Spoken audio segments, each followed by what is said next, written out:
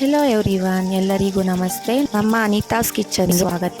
ಇವತ್ತು ನಾನು ತುಂಬ ರುಚಿಯಾದ ಚಿಕನ್ ಗುಂಡ್ಗೆಕಾಯಿ ಲಿವರ್ ಫ್ರೈ ಮಾಡೋದನ್ನು ಹೇಳಿಕೊಡ್ತಾ ಇದ್ದೀನಿ. ಕಡಿಮೆ ಇಂಗ್ರೀಡಿಯೆಂಟ್ಸ್ ಹಾಕಿ ಸ್ವಲ್ಪನೂ ಕಷ್ಟ ಇಲ್ಲದೆ ಈಸಿಯಾಗಿ ರುಚಿಯಾಗಿ ಕಡಿಮೆ ಟೈಮ್ನಲ್ಲಿ ಹೇಗೆ ಮಾಡೋದು ಅಂತ ನೋಡೋಣ ಬನ್ನಿ.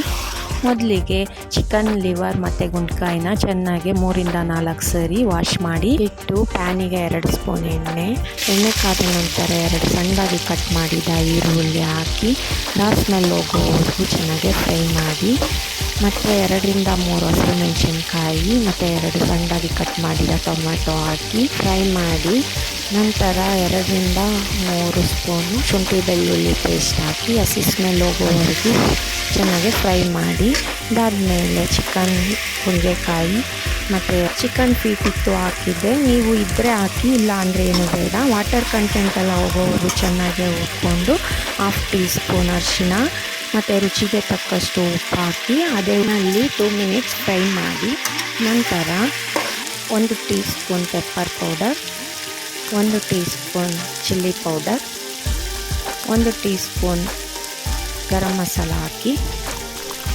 ಅದಾದ ಮೇಲೆ ಸ್ವಲ್ಪ ಅರ್ಧ ಲೋಟದಷ್ಟು ನೀರು ಹಾಕಿ 2 ಮಿನಿಟ್ಸ್ ಕುದಿ ಬಂದಮೇಲೆ ಚಿಕನ್ ಲಿವರ್ ಹಾಕಬೇಕು. ಯಾಕಂದರೆ ಇದು ಬೇಗ ಬೆಂದು ಬಿಡುತ್ತೆ, ಅದಕ್ಕಾಗಿ.